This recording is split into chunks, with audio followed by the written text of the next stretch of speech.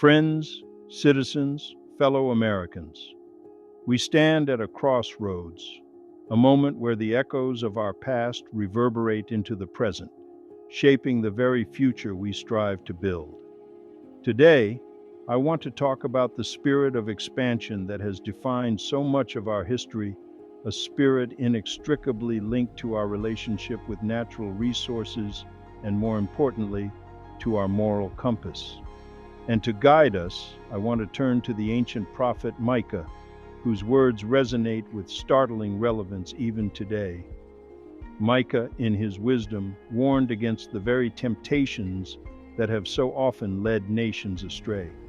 He spoke of those who covet fields and seize them, who oppress a man and his house, a man and his inheritance.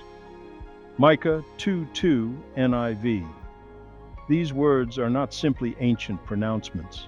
They are a mirror held up to our own history. From the earliest days of our republic, the drive to acquire land and resources has been a defining force.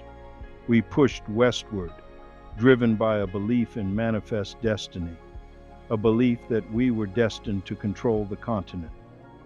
This expansion, while undeniably contributing to our growth and prosperity, came at a tremendous cost. Native American tribes were displaced, their lands seized, their cultures decimated. Treaties were broken, promises betrayed. We justified these actions with narratives of progress and civilization, often ignoring the inherent injustice of our methods. We coveted fields and seized them, just as Micah warned. Our appetite for resources, for land, for power, didn't stop at the borders of the continent. We looked outward, exerting influence and sometimes control over other nations, often driven by economic interests. We sought access to raw materials, to markets, sometimes at the expense of local populations and their self-determination.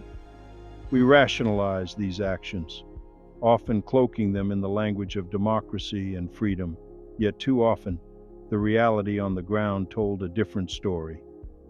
Again, the echoes of Micah's warning resonate. They devise injustice and evil plans on their beds. At morning light, they carry them out because they have the power. Micah 2:1 NIV. Now, I am not here to simply condemn our past. We cannot change what has happened, but we can learn from it. We must learn from it. Micah's message is not one of despair, but of warning and ultimately of hope. He calls us to act justly and to love mercy and to walk humbly with your God. Micah 6:8 NIV. As we move forward, as we face new challenges and new temptations, let us remember the lessons of our history and the wisdom of Micah. Let us examine our motives, our actions, and their impact on others. Let us ask ourselves, are we truly acting justly? Are we showing mercy? Are we walking humbly? The world is watching. Our actions today will define our legacy tomorrow. Let us choose a path that reflects the best of our ideals, a path that honors the dignity of all people and respects the delicate balance of our planet. Let us heed the warnings of the past and strive to create a future where justice and compassion prevail. Let us be a nation that lives up to its own promise, a nation that truly embodies the principles of liberty and justice for all. Let us finally learn from history and walk a better path.